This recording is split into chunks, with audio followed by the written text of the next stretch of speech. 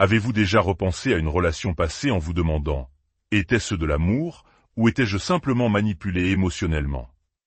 Si c'est le cas, vous n'êtes pas seul. Bienvenue dans notre exploration des relations complexes, un voyage pour mieux comprendre les dynamiques qui nous façonnent.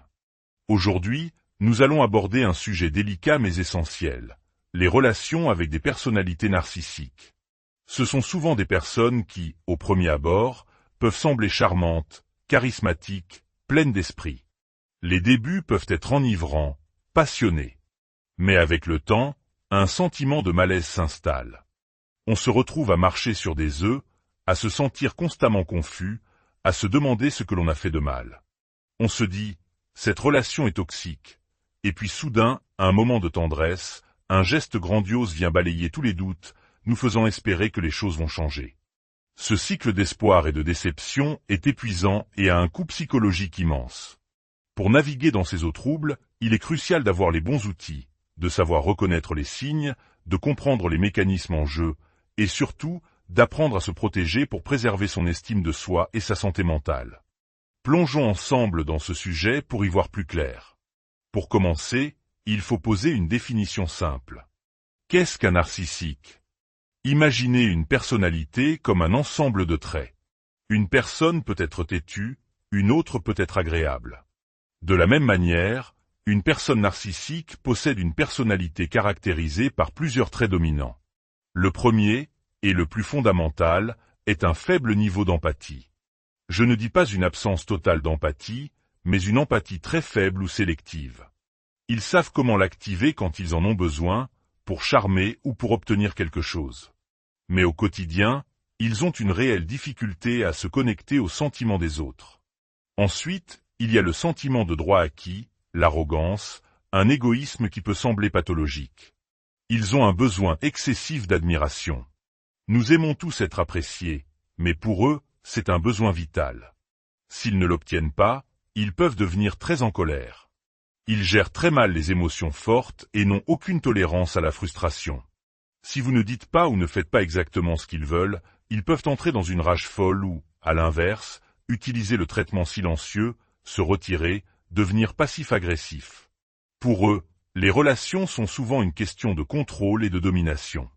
Mais ce qui est essentiel de comprendre, c'est que toute cette façade, l'arrogance, la grandiloquence, le charme, cache en réalité une profonde insécurité et un sentiment de honte. Et dès que cette insécurité menace de remonter à la surface, c'est là que l'attaque se produit. Une attaque de leur part peut être déclenchée par quelque chose d'aussi simple qu'une demande anodine. Par exemple, si vous demandez « Chérie, pourrais-tu aller chercher les enfants aujourd'hui ?» La réponse pourrait être « Tu veux que j'aille chercher les enfants ? Tu ne penses pas que mon temps est précieux ? Je dirige une entreprise, moi. » C'est cette imprévisibilité qui est si déstabilisante. On ne sait jamais ce qui va déclencher la crise. C'est pourquoi, dans ces relations, les gens ont tendance à se faire de plus en plus petits. Ils rapetissent encore et encore, et finissent par vivre leur vie au service de l'autre, pour apaiser, pour plaire, pour ne pas déclencher de conflit. Ils deviennent hyper vigilants.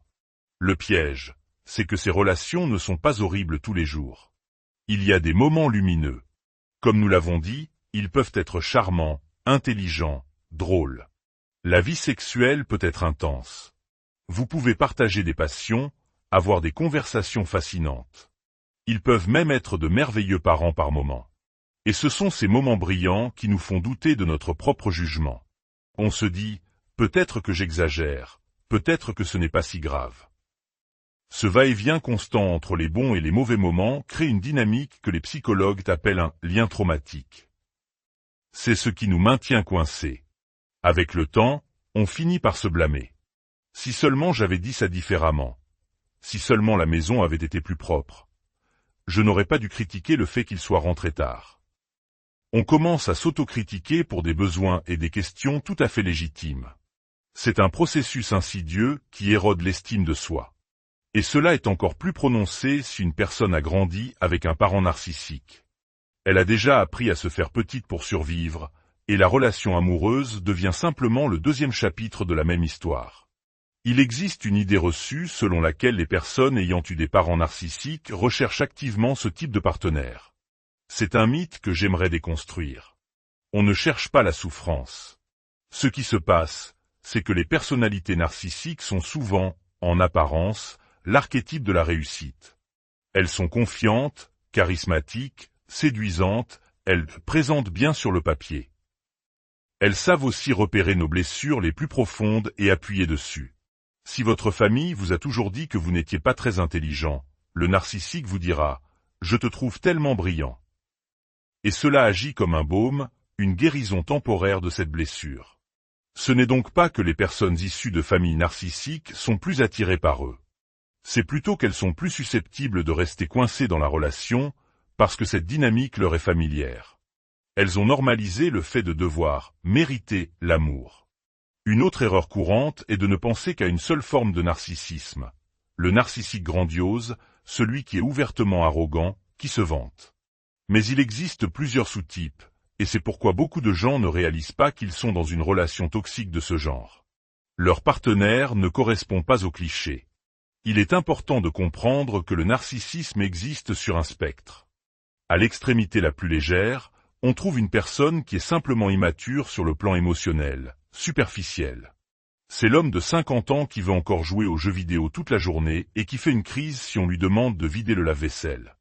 C'est agaçant, mais on ne se sent pas en danger psychologique. À l'autre extrémité du spectre, le narcissisme malin peut être extrêmement dangereux. Ce sont des personnes qui peuvent isoler leur partenaire, abuser d'eux financièrement, voire physiquement. La manipulation est constante et il est très difficile d'échapper à leur emprise. La plupart des cas se situent au milieu, dans une zone modérée où le bilan psychologique est lourd, sans pour autant être une histoire d'horreur. Au sein de ce spectre, il y a donc différents visages. Il y a le narcissique vulnérable, parfois appelé caché. Il ne se présente pas comme grandiose, mais plutôt comme une victime perpétuelle. Il est aigri, maussade, passif-agressif. Pourquoi je n'ai jamais ma chance? Tout le monde profite de moi. La vie est injuste. Son partenaire finit par avoir pitié de lui, et la pitié est un sentiment dont il est très difficile de se défaire. Il y a aussi le narcissisme communal. Ce sont des gens qui tirent leur satisfaction narcissique du fait d'être perçus comme des bienfaiteurs, des sauveurs. C'est l'homme qui entraîne l'équipe de football des jeunes, le pilier de la communauté, celui qui paie toujours l'addition au restaurant. En public, il est exemplaire. Mais en privé, avec ses proches, il est cruel et froid. Les gens autour vous disent « Tu as tellement de chance d'être avec lui ». Et vous finissez par penser que le problème doit venir de vous. Et c'est là le cœur du problème. La victime finit toujours par penser « C'est de ma faute ». Quand une personne vient consulter un thérapeute après avoir vécu une telle relation, elle ne dit pas « Mon partenaire est un menteur et un manipulateur ». Elle dit « Je suis tellement confus. Je ne sais pas ce que je fais de mal. Qu'est-ce qui ne va pas avec moi ?» C'est ce qui doit nous alerter. L'une des questions qui revient souvent est de savoir s'il y a plus de narcissiques aujourd'hui qu'avant. Je ne le pense pas. Je crois que nous avons simplement mis un nom sur ce comportement. Les réseaux sociaux leur ont donné un mégaphone. Avant, leur narcissisme restait confiné à leur cercle proche. Aujourd'hui, ils ont une scène mondiale pour se mettre en valeur. Ce qui a peut-être augmenté, c'est le narcissisme vulnérable. Les réseaux sociaux permettent de voir constamment ce que les autres ont de mieux. La plus belle voiture, les plus belles vacances, le meilleur travail.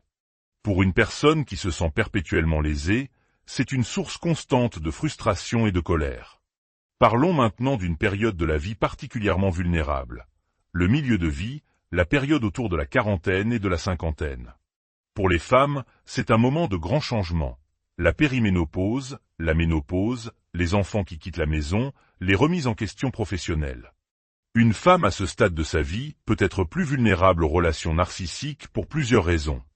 Si elle est célibataire et cherche à nouveau un partenaire, elle peut ressentir la pression du temps. Notre société est agiste. Une femme de 50 ou 60 ans peut se dire « Je dois trouver quelqu'un maintenant, tant que je suis encore désirable ». Et cette urgence est la porte d'entrée parfaite pour un narcissique. De plus, si elle sort d'une longue relation, elle n'est peut-être pas familière avec les applications de rencontres, qui sont un terrain de jeu idéal pour les narcissiques. Ils excellent dans l'art de créer un profil parfait, de dire exactement ce que vous voulez entendre. Pour les femmes qui sont déjà dans une relation narcissique à ce moment de leur vie, la ménopause devient une arme redoutable contre elles. Tous les symptômes, les sautes d'humeur, la fatigue, la baisse de libido, le brouillard cérébral, sont utilisés pour les invalider. Tu es juste hormonale, tu es folle, c'est ta ménopause qui parle.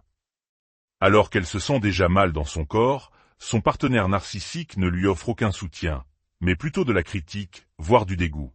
La plus grande tragédie est que beaucoup de femmes restent, pensant « je dois endurer ça, parce que qui prendra soin de moi quand je serai vieille ?» Laissez-moi vous dire une chose, ce ne sera pas lui. Une personne narcissique n'est pas un aidant fiable. Vous seriez bien mieux avisé de cultiver vos amitiés et vos propres réseaux de soutien. Alors, que faire? Comment se protéger? Le conseil le plus important, si vous rencontrez quelqu'un, est de prendre votre temps. Allez-y très lentement. Ne laissez personne emménager chez vous sous prétexte que c'est plus pratique. Si votre partenaire potentiel vous met la pression en disant « tu vas trop lentement, peut-être que tu ne veux pas t'engager », c'est un immense drapeau rouge. Une personne saine respectera votre rythme. Au milieu de la vie, vous avez accumulé suffisamment de données pour savoir ce qui fonctionne pour vous. Faites-vous confiance. Posez-vous les bonnes questions. Est-ce que j'aime me réveiller à côté de quelqu'un tous les matins? Ou est-ce que je chéris mon espace personnel? Il n'y a pas de bonne ou de mauvaise réponse, seulement la vôtre. Si vous êtes déjà dans la relation, la clé n'est pas de chercher à mettre des limites, car elles ne seront pas respectées. La clé est l'acceptation radicale. Cette personne ne changera pas. Arrêtez d'espérer. Arrêtez d'essayer de leur faire comprendre votre point de vue. Ils n'écoutent pas. Désengagez-vous émotionnellement. Cessez d'aller puiser de l'eau à un puits qui est à sec depuis longtemps.